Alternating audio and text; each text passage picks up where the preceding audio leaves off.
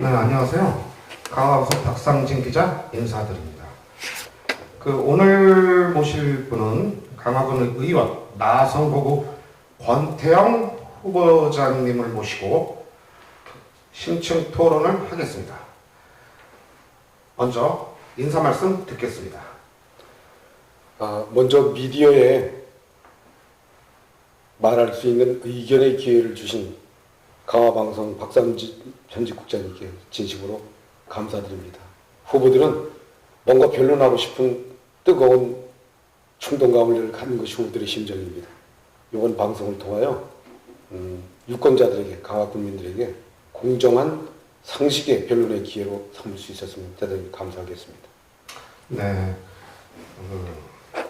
토론이 아니라 변론 하실 게 많으신가 봐요. 네. 예, 나성고구로 이렇게 출마를 선언을 하셨는데, 지금 후보자님 사시는 곳이 어디죠? 예, 저는 지금 태어난 고향은 나선고구에 속한, 기초위원회 나선고에 속한 내간면 황청리 383번지가 500년째 가문이 연결되는 저희 조상의 집이었고 저희 집입니다. 네. 권태영 후보자님 이력을 제가 이렇게 보면은요, 신학을 전공을 하셨네요. 제가 고려대학을 다니면서 네. 또 여러 가지 복잡했던 그 당시 시국 상황이 있었고요. 그래서 대학을 두 군데를 다녔습니다. 고려대학교에서 문학사 자격증을 땄고, 네. 또한 시국 관련 시위와 관련해서 잠깐 어려운 시기에 모건대학 신학부에서 종교철학으로 공부를 한 적이 있습니다. 네. 최종 학위는 미국 템플대학에서 인문학 석사, 템플 유니버시티 같은 대학원에서 필라델피아에 있는 대학인데 거기서 철학 박사 학위를 최종 학위로 받았습니다. 네. 훌륭하십니다. 뭐 말씀드려요. 공부한 사람이 가장 미련하고 바보스럽고 단순합니다. 네. 강화 국민들이 제일 궁금해하는 게 있어요. 그래서 네네. 제가 이제 질문을 드릴 건데, 2018년도죠. 네네. 2018년 지방선거 때 더불어민주당으로 해서 군수 출마를 선언하셨어요. 네네. 그리고 탈당을 하셨는데 이유를 좀 여쭤보겠습니다. 2018년에 군수 출마를 해서 경선에 임해보지도 못했습니다. 잠깐 거슬러 올라가면 네. 몇 년 전에 2018년 기준으로 해서 몇 년 전에 한명수 총리를 지내셨던 분이 민주통합당의 당대표로 계실 때 네. 안덕수 군수가 갑작스럽게 국회의원을 출발하면서 강화군의 수장 자리가, 군수 자리가 비게 되었습니다. 네. 그때 보궐선거에 또 나갔던 적이 있었습니다. 네. 2018년 전에요. 그때 나가서 거의 20%에 가까운 득표를 했습니다. 네. 그래서 그걸 바탕으로 해서 다시 한번 2018년도에 2차로 민주당의 경선에 출마를 마음을 정하고 나갔던 적이 있었습니다. 네. 그러면은 일단 공천을 못 받으셨네요, 그때. 예, 그 당시 공천 파동이라고 할 수 있었습니다. 왜 내가 이렇게 정의를 내리냐면, 먼저 이 방송을 통해서 드리고 싶은 것은 강화 유권자 여러분들에게 제가 민주당에 상당한 살해를 당했다고 할까요? 가슴 아픈 과정이 있었습니다. 네. 그 당시 강화 유수에서 민주당의 후보로서 가장 유력한 후보가 누구냐고 물어봤을 때 1위 거의 수십 퍼센트의 권태영 1위, 2위 최승남 부의장 당시 군의회, 3위 한 누구누구, 4위 이 누구누구 이런 식으로 돼가지고 여타 후보들이 그저 3%에서 5%, 7% 정도의 지지에 불과했고 제가 최고로 높은 지지도였고요. 그 다음에 최승남 후보가 2위였고요. 근데 최승남 후보가 즉시 모든 지지를 권태영에게 해주겠다. 권태영이 가장 가능성이 높다. 그것까지 합치면은 제가 거의 30%에 가까운 지지를 받고 있는 반면에 다른 후보들은 아주 한 자릿수에 불과했었습니다. 그래서 공천심사위원회에서 일단 신상조사나 모든 것이 통과돼서 높은 점수로 올라갔는데 공천심사위원회가 다시 2차로 열리면서 저에 대해서 경선조차 주질 않았습니다. 경선을 안 시켰던 이유는 여러 가지 그 질문 과정에서 제가 ROTC 장교로 백마구지 소대장을 했고요. 네. 대전차 소대장을 네. 했습니다. 그리고 두 번째 제 딸이 미군 부대 지금 조지타운 대학을 나와서 미군 장교로 근무하고 있습니다. 네. 여러 가지 그런 근무 사실을 말씀드렸고요. 또 저는 민주당이지만 그렇게 지나친 극좌파적인 민주당보다는 중도적 공평의 중심을 둔 사상적 근거를 갖고 있다. 네. 이런 여러 가지 여론들. 그 다음에 그 당시 제가 또 고려대학교 북한학 연구소 정책실장의 자리를 갖고 있었습니다. 근데 고려대 북한학 연구소는 상호주의에 의한 대북관을 갖고 있었어요. 무조건 북한의 퍼주기 중심의 대북관이 아니라 북한과 같은 북한에 대응하는 상태에 따라서 한국도 대응하는 상호주의적 대북관을 네. 갖고 있는 것이 고려대 북한학 연구소의 사상이었습니다. 저는 그 당시 정책실장을 고려대 북한학 연구소를 맡고 있으면서 민주당의 지나친 친북적 대북관에 대해서 비판적 견해를 갖고 있었습니다. 이런 모든 요소들이 저로 하여금 이 사람은 급진 좌파나 이런 좌파의 개념을 갖지 않은 중도적 인물로 저를 평가했기 때문에 사상적 검증을 한다고 하면서 저에게 경선조차 주질 않았습니다. 그 몇 년 전에 나가서 그 아픈 민주당, 강화에서 어려운 민주당으로 출마해서 20%에 가까운 득표 전략을 했고 또 강화 뉴스라고 하는 그 중도 진보적 매체 아닙니까? 그렇죠. 거기서 조사한 거에서도 1위, 누구도 따라올 수 없는 1위였고 2위가 저희에게 최승남 후보가 지지한다고 했으면 그 퍼센트는 굉장히 늘어났습니다. 그런데도 불구하고 이념적 심판대 앞에 제가 서게 되었습니다. 그래서 결국은 그 당시 출마를 하지 못하게 되는 아픔을 겪었고 타 후보들은 그때 경선에 나간 후보들은 민주당에 들은 지 약 40일밖에 안 된 정의당에서 들은 이 누구 후보가 있었고 그다음에 공직을 벗은 지금 거론되는 한 후보는 민주당에 입당한 지 한두 달밖에 안 된 그런 신예여들이었습니다. 저는 당시 그때 수만 원씩 탕비를 10년 가까이 내고 있었던 진성당원 중에 진성당원이었습니다. 그런데 패당을 당하는 그런 아픔을 겪었고 결론적으로는 공정과 상식, 신뢰와 누구에게 기회를 준다고 하는 진보 이념에 스스로 기회를 박탈하고 열심히 있는 자에게 기회를 부여하지 않고 이런 기회를 박탈하는 것에 대한 아픔을 느끼면서 네. 결국 탈당을 선언하게 되었습니다. 그러니까 더불어민주당이 간단하게 얘기를 하자면 공정성이 없었다. 공정성이 내부적인 없었죠. 또 갈등도 많았고 네네. 그러다 보니까 이제 그 결정을 그렇게 하셨는데 거기에 또 그 진보 성향의 그 언론사마저 네네. 그렇게 이제 편가리기를 한 거네요. 어떻게 보면은. 그렇죠. 그다음에 저희가 마지막 심판대에 올랐던 결정사항은 권태형은 자기들의 성향에 맞지 않는 관점과 사상을 가지고 있다고 하는 거. 그 당시 저를 심판했던 사람들은 군대조차 같지 않은 사람들이 대부분 시민단체라든가 오히려 따돌림을 좀 받으셨던 것 같아요. 저는 좀 대학을 나오고 ROTC 장교로 3,800명 장교 중에 가장 최정예 장교를 백마구지 소대장으로 들여보냅니다. 그곳에서 정말 나라와 국방을 위해서 열심히 일했고 또 한편 이쪽 민주당에 대해서 매를 가졌던 것은 누구에게 기회를 주고 공평과 상식, 정의가 도저히 흐르게 한다고 하는 말에 대해서 참 가슴 떨린 마음으로 그때 그러면 오히려 그 공약은 있었을 거 아니에요. 공약은 또 발표를 했었을 테고 네네. 거기에 또 마음에 안 드는 거 아니에요? 진보 성향을 가진 쪽에서는 진보 성향에서 저를 유심히 봤던 것은 뭐냐면 ROTC 장교였고 백마구지 소대장이었고 그다음에 제 딸이 미군 장교로 미군 ROTC를 나와서 의료 장교로 지금 근무하고 있습니다. 또 이런 사상적 근저 그렇죠. 이런 것들에 대해서 상당한 오해를 가지고 있었던 것 같습니다. 그렇죠. 또 누가 봐도 정부나 그 여당에서는 네네.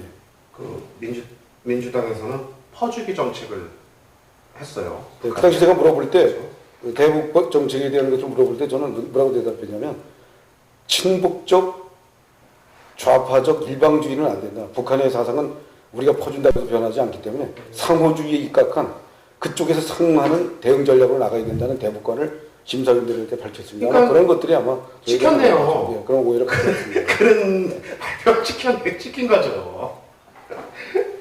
가슴 아픈 추억이 네, 있습니다. 오히려 뭐 여러 가지 이렇게 맞지가 않았네요. 말씀을 들어보니까. 네네. 네, 그래서 그 국민의힘으로 예, 그때 탈당을 하고 예. 탈당을 하면서 이상복 전 군수님이 민주당으로 발길을 행했지 않습니까? 그래서 네. 조택상 후보를 지지할 때 저는 즉시 입당한 후에 배준영 위원장이 그 당시 출마하셨기 때문에 네. 배준영 위원장 지지 선언을 이상복 군수와 X자로 네. 곁길로 가면서 저는 그때 배준영 후보를 지지하면서 배준영 캠프에 기획본부장으로 들어가 보수를 위해서 일하는 노선의 변화를 겪게 되었습니다. 네. 그런데 이번에 그 오히려 전에는 그 군수 출마를 선언하셨는데 이번에 군의원을 출마를 하셨단 말이에요. 제가 사실은 이 방송을 들으시는 국민 여러분께 사과드릴 것은 한 정치인이 작은 고을의 정치이지만 중앙 정치는 아니지만 불가피하게 이런 아픔을 겪고 코페르니쿠스적인 전환을 하게 된 이유는 고향을 위해서 일할 때 정치 무대는 반드시 필요하고요. 또 사실 제 사상적 근저에는 장교 출신으로서 중도적 보수의 이념을 갖고 있었던 것은 사실입니다. 네. 또 이경재 위원장님이 3선 4선 국회의원을 여기서 성실하게 하실 때 저한테 미국서 박사 마치고 돌아와서 전주대학교 교수로 봉직하고 있었을 때 시의원회, 광역시의원회 공천권을 주셔서 공천을 확정하셨었어요. 근데 그 당시 철이 없어서 시의원을 누가 하냐. 광역시의원의 위치가 얼마나 중요한지를 모르고 그때 공천권을 제가 걷어찼던 그런 아픔이 있었습니다. 그러고 나서 보수당으로 다시 복귀하려니까 보수당에서 출마하려는 분들은 너무 많았어요. 그래서 성급하게 군수를 결정했다가 또 거기서 팽당하는 아픔이 있었습니다. 자, 지금에 와서는 고향을 위해서 일할 때 다시 보수당에 복귀한 제가 이장의 역할을 하면 어떻습니까?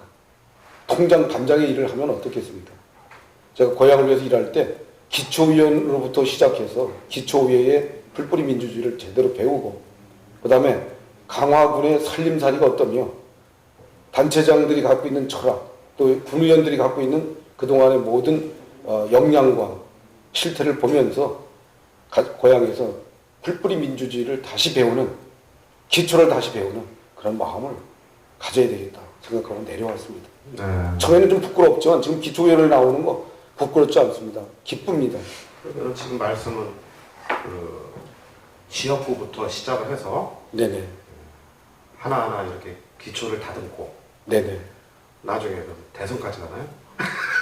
아직 그런 꿈을 꾼다면 참 또 교만한 마음이고 일단 기초를 열심히 한 다음에 네. 지방자치의 분권의 본질적인 요소 네. 또 분권의 강화가 자율적 역량을 가지고 꼽혀지는 군수와 더불어 어떤 호흡과 견제 속에서 또 의회는 좀 견제도 있지 않습니까? 네. 그러나 건설적 견제와 또 단체장의 역량 발휘를 어시스트하고 도와주는 그런 양면적 역할을 군의원이 잘 발휘하면서 네.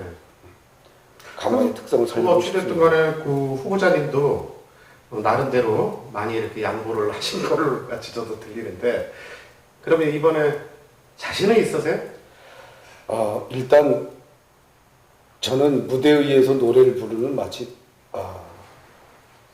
출연 장기자랑 대회라든가 전국 노래자랑에 나온 하나의 가창자고 밑에 앉아있는 모든 국민들은 제 노래를 듣고 평가하는 심판진이라고 볼 수 있습니다. 네. 심판이요? 시청자. 시청자분들이 심판자이시고 네. 저는 그냥 출연한 네. 하나의 출연자, 네. 입상을 기대하는 출연자인데 제 마음과 또 그동안 강화에서 초등학교, 중학교 또 인천 부평고등학교에 진학해서 학도옥단 연대장을 했습니다. 강서중학교에서 학생회장을 한 후에 네. 인천 부평구에 진학해서 그 촌놈이 부평구에서 총학생회장을 한다고 해서 굉장히 어려운 일이었습니다. 네. 그리고 대학에 진학해서 학생대표를 단과대학에서 했고 또 데모도 해봤고요. 또 ROTC를 하면서 전국대학 3,800명 전국 포병 장교까지 해서 전 보병 2,800명이었는데 ROTC 20기 전국 동기회 수석 총무를 제가 했습니다. 그것도 투표로 뽑았습니다. 그런 과정을 거치고 그다음에 미국 대학에 들어가서 석박사 과정을 거쳤고요. 그다음에 나와서 전주대 개건교수, 모건대학교 겸임대우교수, 고려대학교 북한학연구소 네. 정책실장을 거치면서 인천경제자유구역청에서 개방형 특채 가급 공무원으로 들어가서 기획민행국에서 외국인 투자 유치 고충 처리 경제 담당관을 맡았었습니다. 그래서 제가 이 고향에 출마해서 군민들의 고충 처리에 집중을 두는 고충 처리에 공무원의 경험을 살려서 고충 처리에 집중할 수 있는 그런 민원인에게 다가가는 강화 군민의 삶에 다가가는 기초위원이 되고자 합니다. 만일에 이걸 군민들이 제 호소를 받아들이신다면 저에게 군의원에 들어가는 입상 심판을 내려주실 것으로 저는 믿고 있습니다. 네. 그 배준영 국회의원도 이 관련된 업무를 하지 않았나요? 인천경제자유구역. 배준영 의원님이 인천경제자유구역청에서 관련된 바는 모릅니다. 네. 저는 이환준 청장님 밑에서 네. 바로 밑에서 예. 고충처리 담당관, 투자 유치 고충처리 담당관을 네. 지냈습니다. 네. 제일 중요한 게 사실은 지금 의정 공약이죠. 네네. 예, 공약은 뭐 한 말씀 해주시죠. 짧게 세 가지를 단답형으로 말씀드리겠습니다. 저는 일단 의정에 내가 의정 활동을 하는데 내 머릿속에서 나오는 의정 철학이 있어야 되는데요. 의정 철학은 이렇습니다. Can I help you? 내가 무엇을 도와드릴까요? 미국 민주주의, 프랑스 민주주의의 기반은 민원인에게 기반을 둔 돕는 행정에서 시작됐습니다. 그래서 민생비서가 되겠다는, 군민의 민생비서가 되겠다고 하는 것을 제 의정의 철학으로 삼습니다. 그래서 영어로 풀이하자면 Can I help you? 군청에 들어오는, 의회에 들어오는, 또 거리에서 만난, 가가호구에서 만난 국민들에게 Can I help you? 내가 여러분들에게 무엇을 도와드릴까요? 라고 하는 여러분들의 민생비서가 되겠다는 것을 우선 의정 철학으로 삼았습니다. 네. 두 번째는 제가 이 경제자유구역청에서 근무하면서 뼈저리게 느낀 것은 정부에서 주는 예산은 어떤 군청이나 어떤 시군구가 독차지할 수 없습니다. 조금 더 타올 뿐이지 독차지할 수 없습니다. 그러나 지역을 발전시킬 수 있는 기금은 민자 유치나 외자 유치가 획기적인 지역 변화를 가져올 수 있습니다. 송도의 변화, 영종도의 변화, 이것은 외자 유치와 민자 유치가 가져온 기적입니다. 연세대가 들어왔습니다. 셀트리온이 있습니다. 유엔 기구가 들어왔습니다.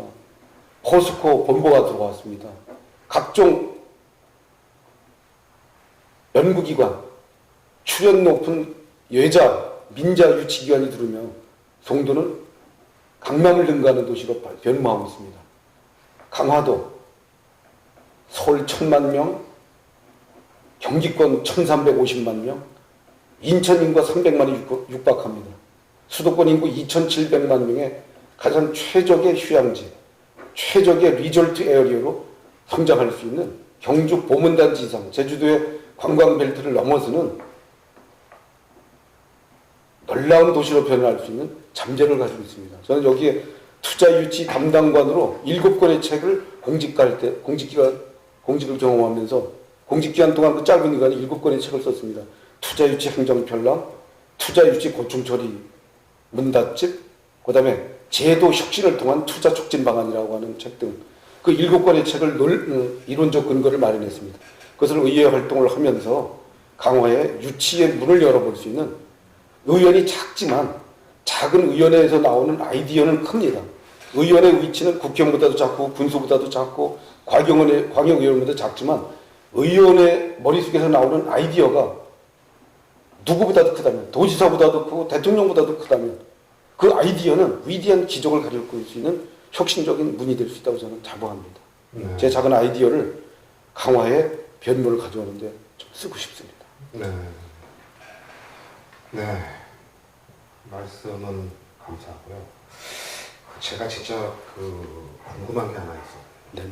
있는데, 이번에 나선 후보 네네. 지역구에서 민주당의 박흥렬 후보가 국민의힘 특정군수 후보자를 아실 거예요. 윤재상 후보를 얘기하는 건데 지지한다고 발표를 했어요. 이번에. 네네. 그 부분에서는 어떻게 생각하세요? 저는 이념과 방향성이 같은 곳에서 같은 정당 내에서 정치공학이 만들어질 때 마치 M&A가 이루어지듯이 난 이 후보를 합성해서 결합해서 세력을 확장한다. 난 이 부분에 대해서는 정치공학적인 충분한 기술들이라고 생각을 합니다. 예를 들어서 뭐 우리 자유한국당이라든가 국민의힘 내에서 세력을 굳히기 위해서 경상도에 있는 일정 세력이 경기권 세력하고 합쳐서 하나의 경선에서 이기려고 한다거나 이런 것은 충분히 이해할 수 있는 하나의 이념의 테두리 안에서 이루어지는 합성과 연합, 합종 연행 정도는 이해할 수 있습니다. 그런데 만일에 타 당에서 어떤 선거 구도의 유리함을 돌파구로 열기 위해서 타 당에서 이념의 근거라든가 충분한 정치 공학적인 정의라든가 이런 것이 정치 철학이라 이런 것이 배제된 상태에서 저 후보가 나오면 우리한테 유리할 것이라고 하는 하나의 구도적 측면에서의 지지에 대해서는 저는 상당히 많은 의문점을 갖고 있습니다. 저는 개인적으로 꼼수 같아요. 왜 그러냐면 이 민주당이란 말이에요. 그 박흥렬 후보는. 그런데 오히려 군수를 밀어준다 국힘? 지금 그 민주당에서도 군수 후보자가 따로 있는데 오히려 이렇게 지지 선언까지 하고 그래서 그러니까 결정적으로는 기득권 쟁취를 하기 위해서 그 어떤 작전을 짠 거 아니냐? 저는 그런 생각이 들더라고요, 개인적으로. 일단 전혀 다른 민주당, 진보 정당에서 보수 정당에서 이루어지는 국민의힘의 자치단체장의 경선에 누구를 지지한다고 하는 선언을 했던 경우는 상당히 그동안 없었던 엽기적인 열들입니다. 그렇죠. 근데 그렇게 단초를 제공했던 것은 제가 볼 땐 첫째, 우리 당내에 자치단체장으로 지금 거론되는 분들이 5분 계시다가 2분이 컷오프라는 아픔을 당했고요. 지금 3분이 남게 되셨는데 그동안 많은 강화의 고향 매체들이 여론조사를 했습니다. 근데 여론조사의 결과를 보면은 유천호 군수, 현 군수님이 갖고 있는 그 여론조사가 거의 40%에서 42%, 제일 안 나왔던 여론조사가 38점 몇 % 있는 것 같습니다. 그럼 나머지 여타 후보들의 점수는 특별히 한연희 후보 같은 경우는 13%에서 15%에 머물러 있었고요. 네. 그다음에 기타 민주당은 아니고 우리 당 자당 내 컷오프 대상서부터 모든 후보들이 약 10% 내외에 상당히 낮은 지지율을 가지고 있었습니다. 이러다 보니까 독점적인 여론의 우세를 가지고 있는 후보에 대해서 꺾을 수 있는 길이 상당히 어려웠습니다. 그러다 보니까 제 귀에도 들리는 것이 뭐냐면 정당과 정파와 이념을 초월해서 유천호 군수 대 반유천호 군수라고 하는 어떤 이분법적 구도를 만들어내려고 하는 어떤 정치공학적인 그런 정책들이나 어떤 뭐라고 할까요? 전략이 지금 언급되고 있지 않느냐 저는 이렇게 보고 있습니다. 근데 그것이 성사가 될지 안 될지에 대해서는 잘 모르겠습니다. 물론 성사는 안 되리라고 봐요, 제가 볼 때는. 그런데 그렇게까지 어떻게 보면 이 국민들을 기망하는 거 아니냐, 기득권 쟁취를 위해서 좀 그런 생각이 들더라고요. 여기에는 틀림없이 그 민주당에는 한현희 후보가 있잖아요, 있는데. 이미 한연희 후보께서는 단수 공천으로 해서 공천이 확정된 걸로 알고 있습니다. 그렇죠. 한연희 후보께서 공천받은 것을 내려놓고 단일화를 위해서 나름대로 만들어진 공정한 경쟁의 장이 어떻게 대단히 어려운 과제들이 있죠. 제가 볼 때는 제가 예상하는 바로는 유천호 군수 대 진보 진영의 일정 후보의 1대1 구도 속에서 선거가 치러질 확률이 제일 높다고 봅니다. 제가 볼 때는. 어차피 공천도 내일 오전 10시에 발표하는 걸로 알고 있어요. 저도. 네네. 마지막으로 네. 강화 지역구 국민들에게 하고 싶은 말씀이 있으시면. 정치의 역사에 있어서 많은 분들이 정치에 대해서 정치를 원망하고 또 존경받는 정치를 찾아볼 수 없을 정도로 많은 국민들이 정치인을 비판하거나 또 실망을 느낀다고 하는 고백을 합니다. 그러나 모든 정치인이 그렇지는 않았습니다. 여기서 중요한 것은 그렇다고 해서 우리가 정치 시스템 자체를 파괴하거나 정치가 없는 세상을 만들 수는 없습니다. 오늘 사랑하는 강화 국민 여러분, 인물이 강화를 만들어낼 수 있습니다. 인물이 강화의 미래를 결정합니다. 지리적 여건, 역사적 여건, 문화적 여건에서 많은 잠재력을 갖고 있는 강화, 그동안 허덕이고 어려움이 많았지만 그래도 이 어려움 속에서 발전을 거듭하고 있다는 것을 제가 거리에서 느꼈습니다. 차량 숫자가 늘어나고 수많은 트럭이 먼지를 품고 강화를 다니고 있습니다. 4년 전에 거리에 섰을 때보다 훨씬 다른 모습을 갖고 있었습니다.